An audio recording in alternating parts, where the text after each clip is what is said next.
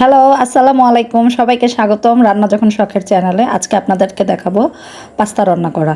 সহজে কিভাবে পাস্তা রান্না করা যায় সেটাই আজকে দেখাবো। প্রথমে আমি পাস্তাটাকে সিদ্ধ করে নিলাম। আমি পাস্তা রান্নার জন্য মুরগির কিছু বুকের অংশ নিয়েছি। ওইগুলোকে ছোট ছোট করে পিস করে ভালো করে ভেজে নিচ্ছি। সাথে একটু লবণ দিয়ে নিয়েছিলাম আর ধনিয়ার গুঁড়া, যাতে একটু টেস্টি হয়।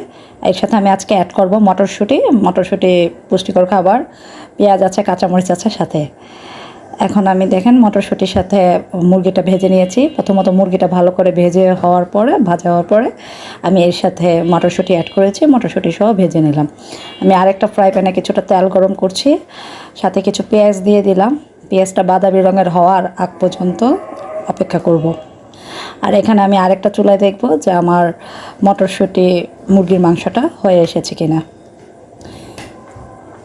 প্রায় হয়ে এসেছে। এখন আমি একটা ম্যাগি মশলা অ্যাড করে দিলাম, যাতে টেস্টটা আরও দ্বিগুণ বেড়ে যায়।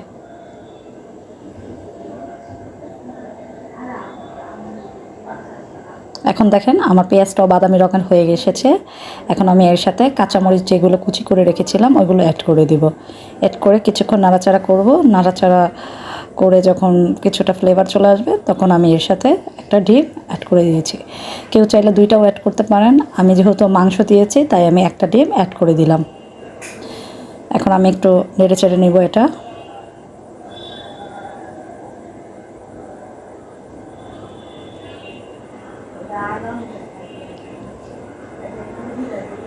ডিম পেঁয়াজটা ভালো করে মিশে গেছে।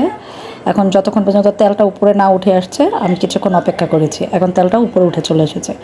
এখন যেগুলো ভেজে রেখেছিলাম পেঁয়াজ আর মুরগির মাংস সেগুলো অ্যাড করে দিলাম। এখন আবার একটু নেড়ে চেড়ে নেব। সাথে আরেকটা ম্যাগি মশলা অ্যাড করে দেব।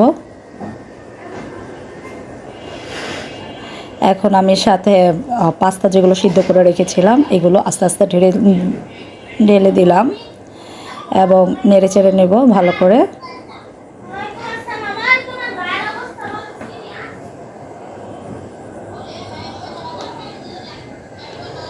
তেল উপরে উঠে আসা আগ পর্যন্ত অপেক্ষা করব, ভালো করে নাড়তে থাকবো। আর পাস্তার সাথে যেই আজকে বলা হয়নি, আজকে আমি ডেকোর পাস্তাটা ইউজ করেছি।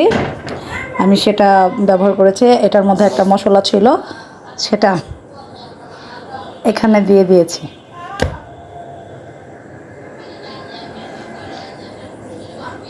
এখন ভালো করে নেড়ে নেব। ভালো লাগলে আমাদের পেজটি লাইক কমেন্ট শেয়ার দিয়ে আমাদের পাশে থাকবেন। Thank you.